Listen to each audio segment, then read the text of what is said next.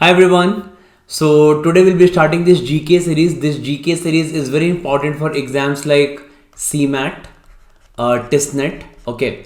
So CMAT date is not yet disclosed but expected to be around in March end. Okay. And TISNET is on 25th of February. Okay. So this date is we know. So basically this series we are starting for GK for these two exams only. Okay. So how we'll study GK? So we'll be seeing MCQs here. So we'll be seeing MCQs and then we'll be seeing following up question. We'll be seeing follow up questions with all the connecting points. Okay. तो ऐसे ही GK पढ़ेंगे हम लोग all the MCQs and then the connecting points with it. Okay, right.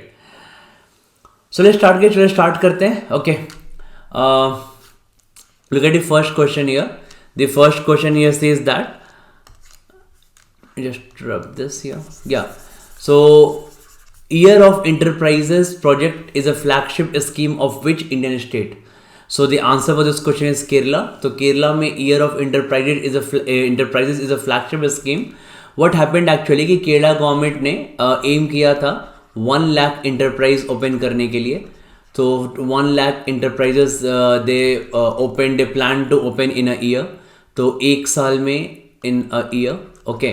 But they achieve this in only 8 months. उन्होंने 8 months में एक गोल achieve कर लिया, setting a new benchmark for the whole country and this will obviously boost the MSME sector. MSME basically micro small and medium enterprises sector of the country. Also ये जो programme था basically अब ये ऐसे करके जो programmes बनेंगे हमारे इंडिया में जो कि स्टार्टअप्स को बूस्ट करेंगे, जो कि इंटरप्राइजेस को बूस्ट करेंगे, है ना. सो इतने प्रोग्राम्स खोलने के लिए they need to have support of government and basically government has done a tremendous job here. They have actually made like ease of business is very easy now in Kerala. Lot of demanding points has been reduced, so now we can open a business with lot of ease and with very less paperwork within some 3 to 4 days in Kerala these days. Okay, तो ये काफ़ी अच्छी बात है actually में. So you should know Kerala is the answer. Okay. Kerala के बारे में बात हुई तो you should also know that कि केरला के CM कौन है. So केरला के CM है पिनरई विजयन, श्री पिनरई विजयन. ओके. एंड केरला के गवर्नर कौन है? तो केरला के गवर्नर है आरिफ खान, आरिफ मोहम्मद खान. तो can write here Arif Mohammad Khan. Okay. So थोड़ा थोड़ा आइडिया होना चाहिए. States which are doing really good. CM is very CM is very much like लोगों ने काफ़ी उनको अप्रिशिएट किया है इन चीज़ों के लिए बिकॉज केरला और भी चीज़ों में काफ़ी अच्छा कर रहा है. For example Kerala is like अभी केरला एक और चीज़ से न्यूज़ में था. ओके. केरला इंडिया का फर्स्ट स्टेट है. It's first state of India to achieve fully digital banking state. Okay, so fully digital banking state. So Kerala is the first state of India. So again, it's a very good point. Okay, so first state in India to achieve this fully आप बोलोगे digital banking state. ठीक है. Also Kerala is another in a very important phase what Kerala has done. Okay. कि केरला ने basically क्या है, केरला ने start किया है menstrual leave. Okay. So menstrual leave for girls. Okay. So menstrual leave for girls and maternity leaves also. तो ये basically again very rare kind of initiative by Kerala government कि यहाँ पे मेंस्ट्रुअल लीव इन्होंने स्टार्ट किया girls के लिए and ये काफ़ी जल्दी सारे जगह अप्लाई कर दिया जाएगा. Okay. Then Kerala has also announced first state in India to set up a green hydrogen hubs. ठीक है. तो green hydrogen hubs. Again Kerala is the first state in India to take this initiative for green hydrogen hubs. ठीक है. बहुत बड़ा project है around 200 CR का and Kerala government is ready to do it and काफ़ी अच्छे से इनको प्रोजेक्ट कर रही है. Fine. So these are the points about this first question here. Let's move to second question right now.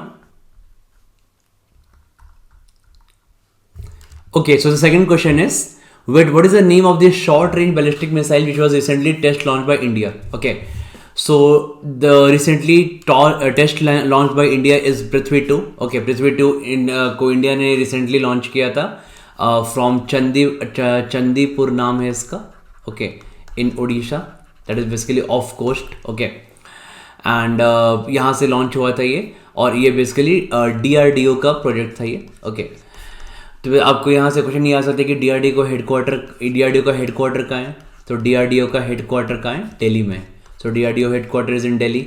Also who is the head of DRDO, head person of DRDO, chairman of DRDO? That is Samir V. Kamath. Okay, so chairman of DRDO is Samir V. Kamath. Okay. ये सब question पूछ सकते हैं। Okay, ISRO, अब जैसे DRDO तो फिर इसरो भी आ जाएगा। तो इसरो का हेडक्वार्टर कहाँ पे बोलोगे? इसरो का हेडक्वार्टर है बैंगलोर में। ओके, इसरो के चेयरमैन कौन है? So chairman of ISRO is S. Somnath. S. Somnath is the chairman of ISRO.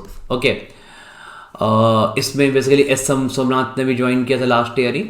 ये पहले विक्रम साराभाई स्पेस सेंटर के डायरेक्टर थे। So this are the all points you need to remember about this questions here. Okay, let's move to next question.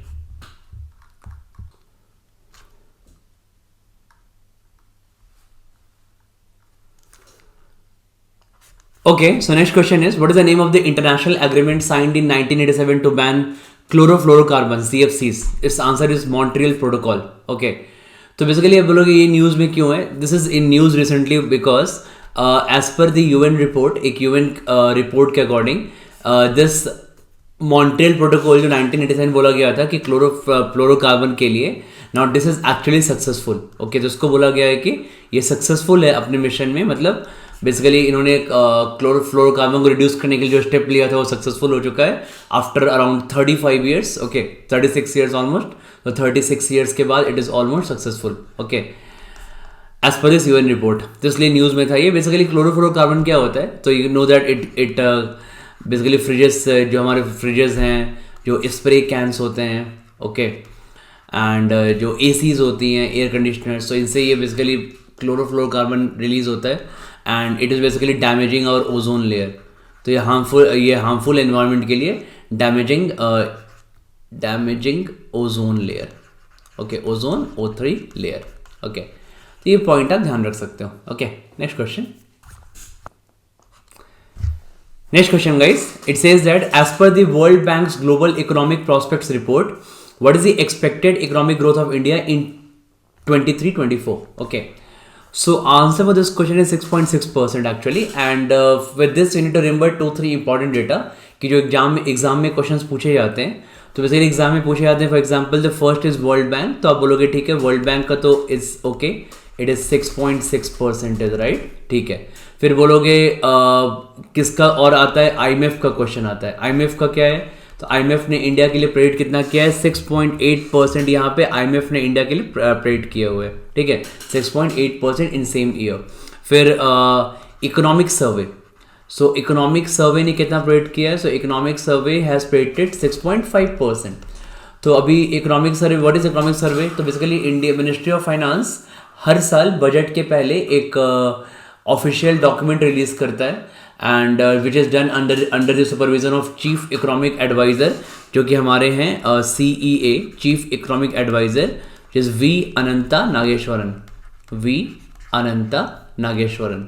Okay, so इसमें economic सर्वे में कितना predict किया गया है कि इंडिया विल ग्रो बाई 6.5% इन 23-24। तो आपको ये चीज़ें याद रखनी है अबाउट दीज लाइक एग्जैक्ट जो इंडिया का प्रेडिक्शन है कि इंडिया किस रेट से ग्रो करेगा, स्पेशली अबाउट डी से very important, world bank IMF and economic survey. Okay, next question. So prime minister Narendra Modi inaugurated global investor summit in which city? इसका answer है इंदौर। तो बेसिकली ये इंदौर इज इन मध्य प्रदेश, है ना। तो मध्य प्रदेश में बेसिकली ये अभी ग्लोबल इन्वेस्टर समिट हुआ था। इन्होंने कहा कि मध्य प्रदेश एक इन्वेस्टर क्रेडिट स्टेट है, आप यहाँ पे कोई भी आके यहाँ पे इन्वेस्ट कर सकता है। सो आप यहाँ पे आइए, इन्वेस्ट कीजिए and government will provide all the necessary support. तो मध्य प्रदेश के CM कौन है? चीफ मिनिस्टर यहाँ के हैं Shivraj Singh Chauhan.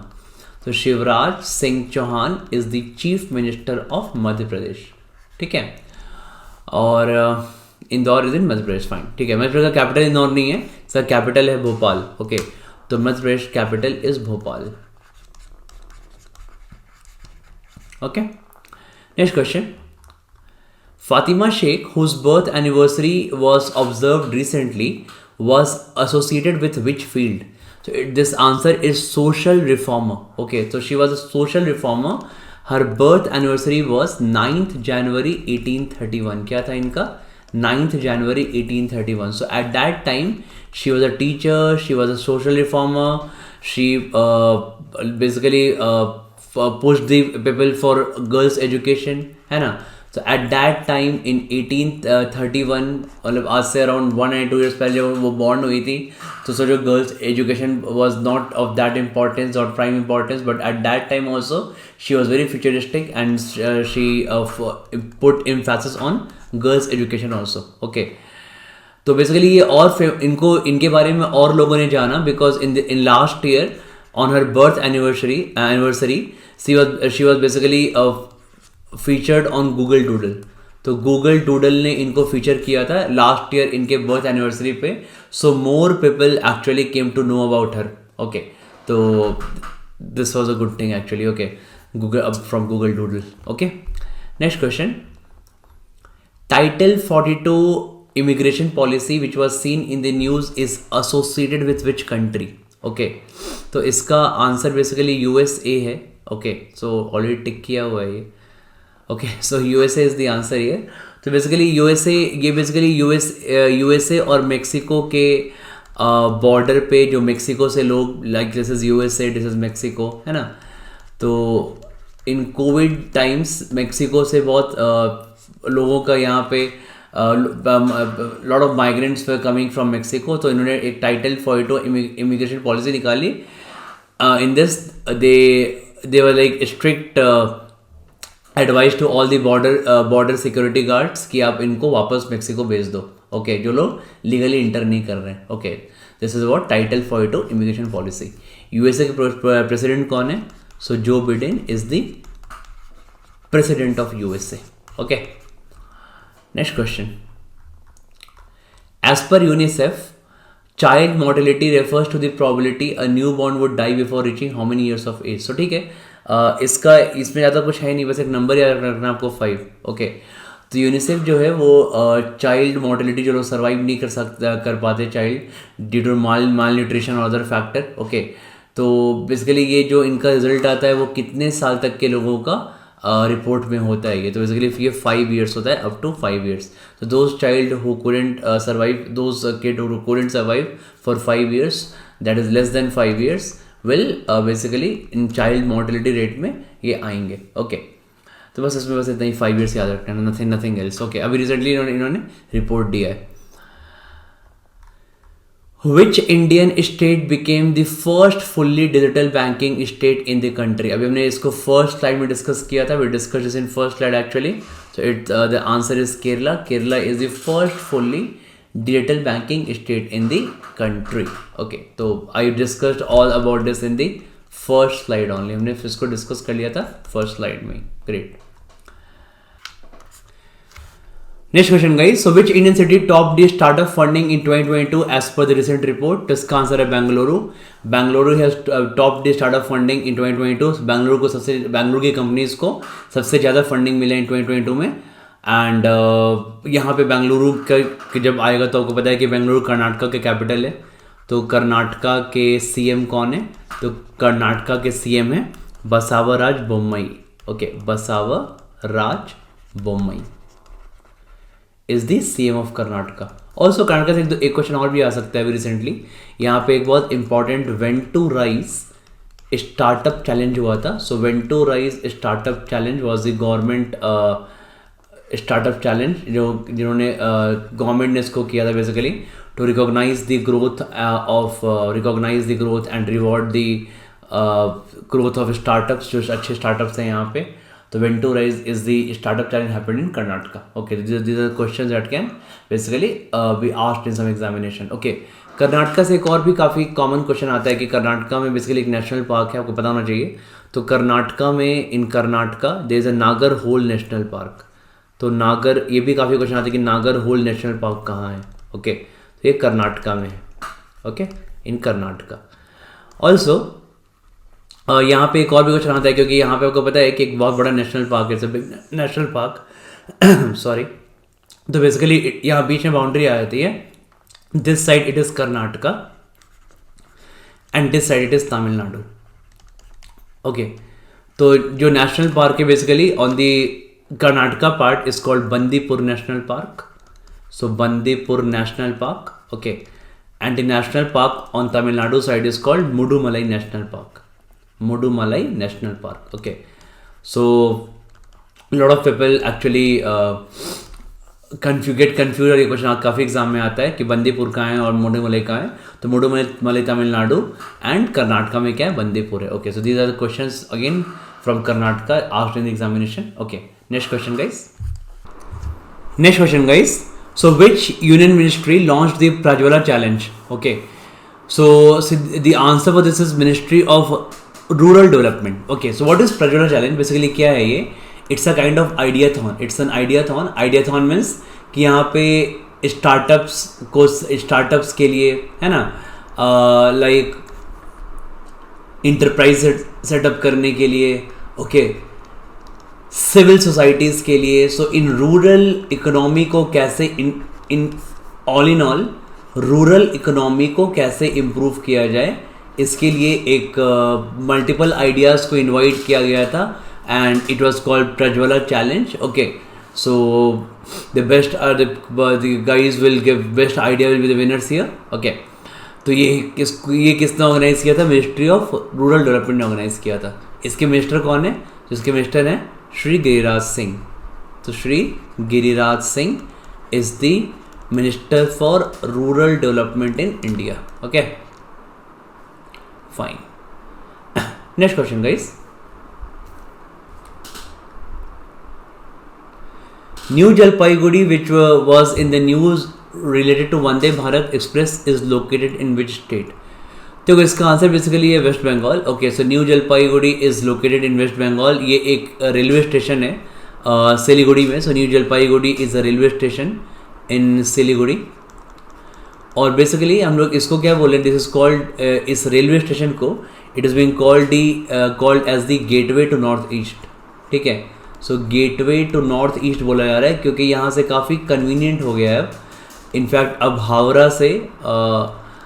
Howrah to this New Jalpaiguri station in Siliguri, this is a distance of around 564 kilometer and that can be covered in around 7 hours and 45 minutes. Okay, so ये एक gateway north east का and people basically जो इसके executives होते हैं है ना, for businesses purpose and for tourists. Okay, जिनको ट्रैवल करना है नॉर्थ बंगाल में एंड सिक्किम में. ठीक है, जिनको ट्रैवल करना है नॉर्थ बंगाल में और सिक्किम में, राइट. तो ये लोग बेसिकली इसको यूज़ कर सकते हैं एंड काफ़ी conveniently they can reach to the from Howrah to Siliguri in just 7.7 और 45 minutes. Okay, so that's a very important this train here, Vande Bharat. Okay, चलो next question guys. What is the name of the fund to be launched by the government for India for catalyzing deep tech startups? तो इसका answer है digital India innovation fund. Actually is the answer ये. Okay, so basically क्या है ना कि what is deep tech startup. तो basically deep tech startup क्या है? The startups which are basically providing solutions in technology. ठीक है, तो टेक्नोलॉजिकल सॉल्यूशंस प्रोवाइड कर रहे हैं जहाँ पे फॉर एग्जाम्पल्स लाइक AI है ना, drones. Okay, so for hydrogen hubs, all those things इसमें आ जाएंगे जो कि these are called deep tech startups. Okay, deep in technology startups. तो इसका आंसर है आपका digital India innovation fund. Okay, next question guys. So Ksheera Bhagya scheme is implemented in which state? And the answer is Karnataka. Okay, very important scheme actually and a very good scheme. Basically what has happened under this, so there's a huge dairy set up in the Mandya district of Karnataka. There's a Mandya district in Karnataka. यहाँ पे एक बहुत बड़ा dairy setup किया गया है और यहाँ पे बहुत इनका हैवी ये यहाँ पे प्रोडक्शन हो सकता है इस डेयरी में. और बेसिकली ये लोग क्या करेंगे, तो from here they will give milk to 65 lakh children, okay, who are suffering from malnutrition. ठीक है, तो जिनको भी जो भी चिल्ड्रेन है जो कि माल न्यूट्रिशन से इंडिया में बहुत सारे डेथ्स होते हैं, बहुत सारी डिजीजेस होती हैं. ओके, तो इसमें 65 लाख चिल्ड्रेन को ये सर्व किया जाएगा अंडर क्षीर भाग्य स्कीम. एंड ये कर्नाटका में इम्प्लीमेंट किया जा रहा है. मांड्या डिस्ट्रिक्ट में बहुत बड़ा डेयरी प्लांट सेटअप किया जाए, dairy plant in the Mandya district. Okay, तो आपको ये याद रखना है, very important. Okay, next question. Next question, guys. So which company is acquiring Ford India's manufacturing plant? Answer is का टाटा मोटर्स. तो टाटा मोटर्स ने फोर्ड के मैन्युफैक्चरिंग प्लांट को एक्वायर कर लिया जो कि सनंद गुजरात में है. It's in Sanand Gujarat. Okay, so it's a whopping deal of some 725 crore. इसमें पूरा प्लांट और everything, machinery including everything will be transferred to Tata now.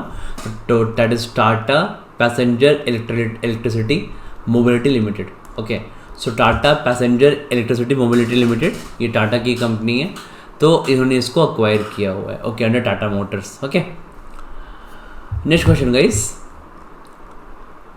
Which company has partnered with the Spain based Stark future SL in the field of electric motorcycles?